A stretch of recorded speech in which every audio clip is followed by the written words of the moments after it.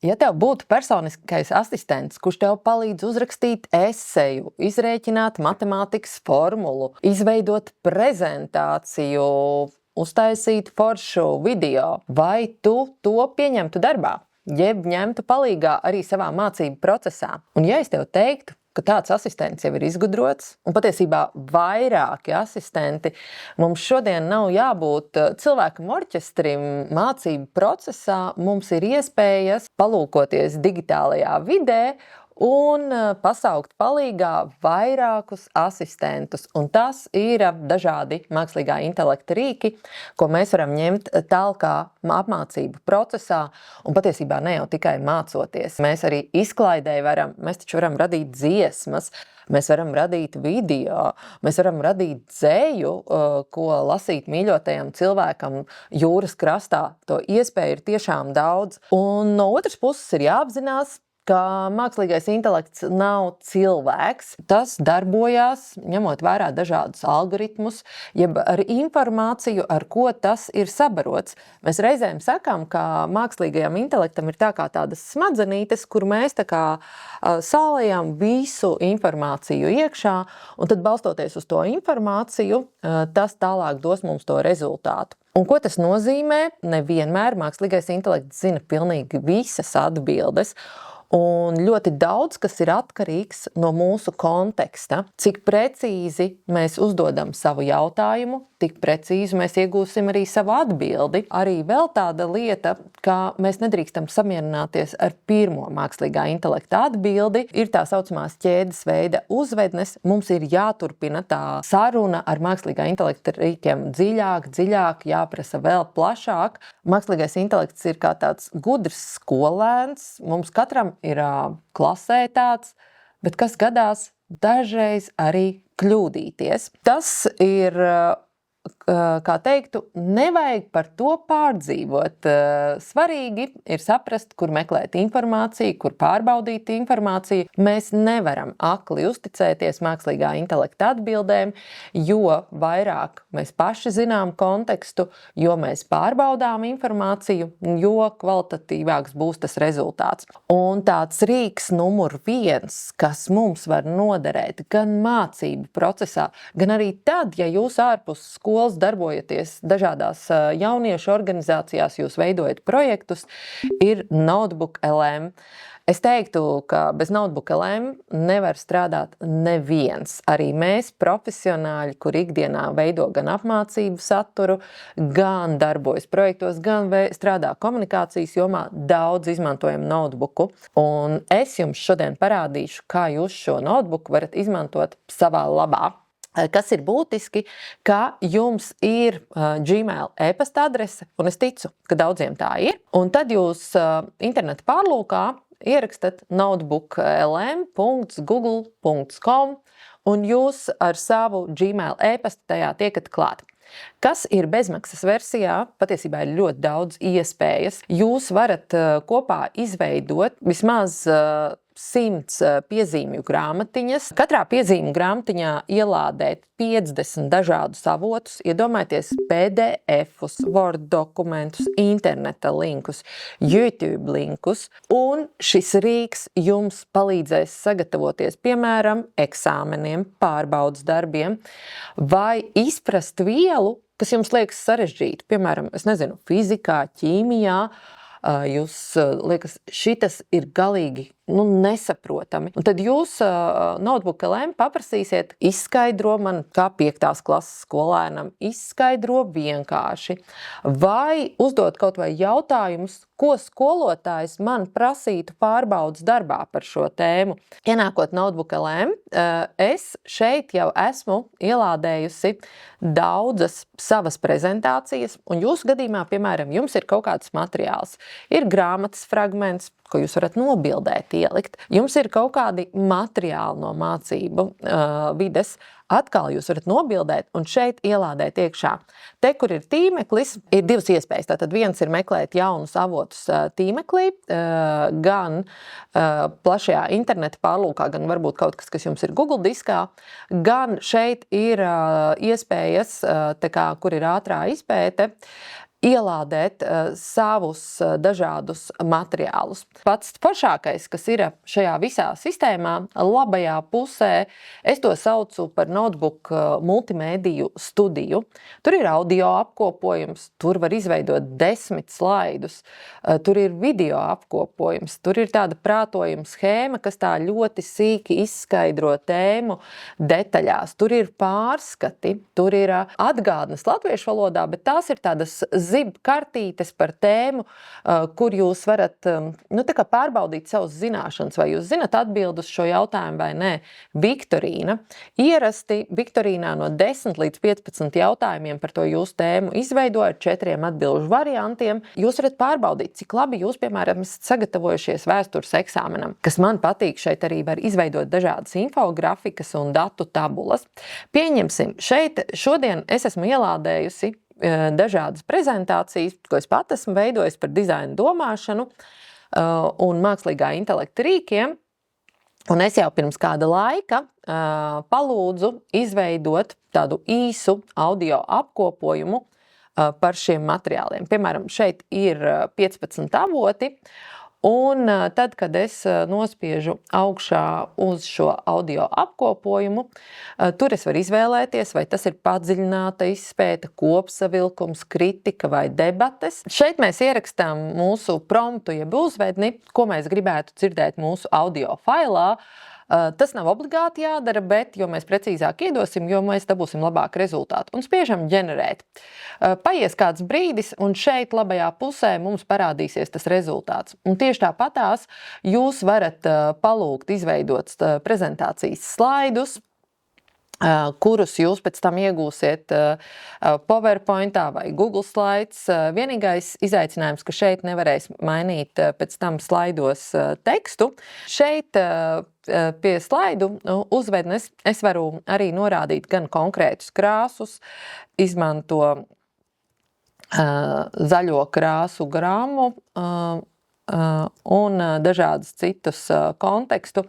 Es paprastu tieši to pašu, ko es prasīju audio veidošanai un spiežu ģenerēt. Izveidos mums 10 slaidus. Un tā mēs jebkam varam paprasīt. Mēs arī varam paprasīt šeit pie Viktorīnas uzvedni. Es paprasīšu tieši tāpatās, izskaidrošu šo materiālu, lai to saprastu 9. klases skolēns, un tad tālāk man to rezultātu ģenerē. Audio ģenerēšana paņem vidēji kaut kādas 7 minūtes, bet jums pēc tam līdz pat 20 minūtēm 2 cilvēki sarunājās. Ļoti interesanti arī ir infografikas veidošana. Ja jums kādreiz ir jāpapildina kaut kādi materiāli skolā, mēs varam izvēlēties kādā formātā. Ja mēs gribēsim sociālajiem mēdījiem, protams, mēs izmantosim portreta. Ja mēs citiem sociālajiem mēdījiem, varbūt kādreiz kvadrāts vai prezentācijai. Un šeit arī līdzīgi, kā jūs to jau esat pamanījuši bildes veidojot ChatGPT vai Gemini, ir tie stili, kādā veidā mēs, piemēram, Lego stilā izveidotu kontekstu par to, kas tad ir šie materiāli. Un tad, kad izveidojas rezultāts, kamēr mums domā, es varu parādīt līdzīgu, kas jau te ir iznācis citās dienās, veidojot šos kopsavilkumus. Šeit ir tāds detalizēts kopsavilkums par to manu materiālu, kas man ir pieejams. Šeit ir man jau arī izveidots viens audio fails. Ja mēs viņu atskaņosim, viņš stāsta. Kas ar to domāts? Tie 3 vaļi, par kuriem runā. Pirmkārt, empātija. Tā spēja tiešām ījusties. Un te tātad 2 cilvēki sarunājas par to tēmu, kuru mēs esam iedevuši, lai analizē. Un mēs katrs taču to informāciju uztveram atšķirīgi, un tas atšķirīgums šeit arī parādīsies. Tā kā paeksperimentējiet, paskatieties, pameklējiet YouTube piemērus, kā strādāt tieši ar notebookalēm, un jūs sapratīsiet, kā jūsu mācību rezultāti uzlabosies. Jūs labāk varēsiet sagatavoties pārbaudas darbiem, jūs dziļāk izpratīsiet tēmas, un arī šeit vidū jūs varat uzdot tos pašus kaut kādus sev svarīgos jautājumus. Piemēram, redz, kur iedosim vienu kontekstu, lai viņš no visiem visiem šiem materiāliem, kas mums ir, uzrakst 5 svarīgākās idejas no šiem materiālu punktiem, kas mums ir dizaina domāšanas kontekstā, un šeit to visu analizēs. Ja mēs šo pašu gribētu pārnest uz citiem rīkiem, tad ChatGPT vislabāk būtu, ja ir maksas versija, un tur pie viena pavadiena mēs nevarēsim ielikt uzreiz tik daudz failus. Ja mēs izmantosim Claude.ai vai Gemini, arī tur pie viena tā kā pavadienu mēs nevarēsim ielādēt tik daudz materiālu. Tur būs jau jāstrādā ar speciālām funkcijām, piemēram, ChatGPT projekti vai Custom GPTs vai Gemini, Gems. Tad Notebook.lm būs tas rīks, kurš tomēr vislabāk spēja apstrādāt dažādu veidu materiālus. Un redz, kur es paprasīju 5 svarīgākās idejas no šiem materiālu punkties, un viņš ir iedevis. Un kas ir labi, Notebook.lm pilnīgi vienmēr jums iedos norādi, no kura materiāla tas ir paņēmis, tas mums ir svarīgi mācību procesā. Kas vēl ir forši? Tad, kad jūs skatāties garus video, kaut kādas konferences, tad Notebook jums jebkurā valodā iedos kopsavilkumu, par ko tur tiek runāts. Vēl, ja jums ir sava raidieraksts, audio fails, vai jums ir intervijas audio fails, šis ir tas rīks, kurš atšifrēs burtiski 10 minūtēs šo visu teksta veidā, lai jūs pēc tam no tā izveidotu sociālo mēdīju ierakstus, lai jūs no tā izveidotu bloga ierakstus. Kamēr mums lādējas iekšā audio, es vēl gribu tomēr iedot jums ļoti spēcīgu rīku, jo mums ir tā Gmail adrese, arī Gemini. Kādēļ Gemini? Protams, ne jau tikai šiem padomiem, kā mums radīt kādu tekstu, kā palīdzēt eseju uzrakstīt vai izlabot kļūdas kādā gramatikas darbā, arī matemātikas uzdevumiem labi tiks galā. Man patīk šeit veidot attēlus. Šeit, tad, kad mēs atveram Gemini vaļā, ir apakšā izveidot attēlu. Un tur ir tik daudz jau tie piemēri, kur mēs varam paspēlēties ar savu attēlu, kur mēs varam seriālā vidē dabūt, kur mēs varam kiborgu dabūt, kur mēs varam tā kā gotiskā stilā savu attēlu pārveidot, un mēs varam radīt jebkurus citus attēlus.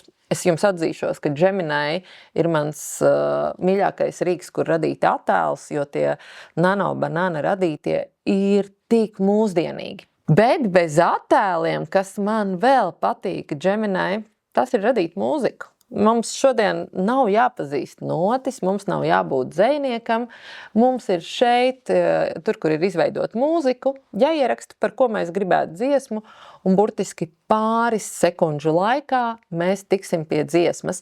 Tā kā eksperimentējiet, un Gemini diezgan labi strādā arī no telefoniem. Telefons jums katram ir kabatā. Īsus video arī mēs varam izveidot. Mums nav jāiet uz citiem rīkiem, tā kā to visu Gemini un arī bezmaksas versijā mēs varam iegūt. Skolā dažreiz mums ir kaut kādi procesi jātēlo vizuāli. Tam man patīk tāds rīks kā Napkin AI. Šeit mēs varam iekopēt savu tekstu, te mēs varam aprakstīt ideju vai importēt failu. Nu tad es aprakstīšu ideju, par ko es gribu, lai man Napkins izveido saturu. Mēs tā kā skatīsimies jauniešu brīvā laika aktivitātes Latvijā. Mēs uzrakstīsim tieši tik vienkāršu jautājumu un paskatīsimies, ko mums Napkin AI. Viņš iedos mums gan saturu, redz, kur viņš domā, pirmo piedāvā sporta aktivitātes. Kas vēl? Gaidīsim. Arī radošas nodarbības. Viss, ko mēs varam darīt, bet maķenīt ir jāuzgaida. Ne tikai tekstu šeit radīs, bet, kas man patīk šeit radīt vizuāļus un sapratīsiet, kāpēc. Ja jums ir jānoformē prezentācijas, jums ir jādodas aizstāvēt savus projektu idejas, tad šis var būt lielisks palīgs, kā mēs šo noformējam. Nu, tad skatāmies. Tad, kad mums ir izveidots teksts, kā es to saucu, kreisajā pusē ir zibenītis. Uzspiežot uz zibenīša, viņš ģenerē attēlu schēmu. Un šeit, kreisajā pusē, pie more spiežot, mēs varam dabūt aptuveni 60 dažāda veida tos vizuāļus, ko pielietot savā prezentācijā, ko izmantot savā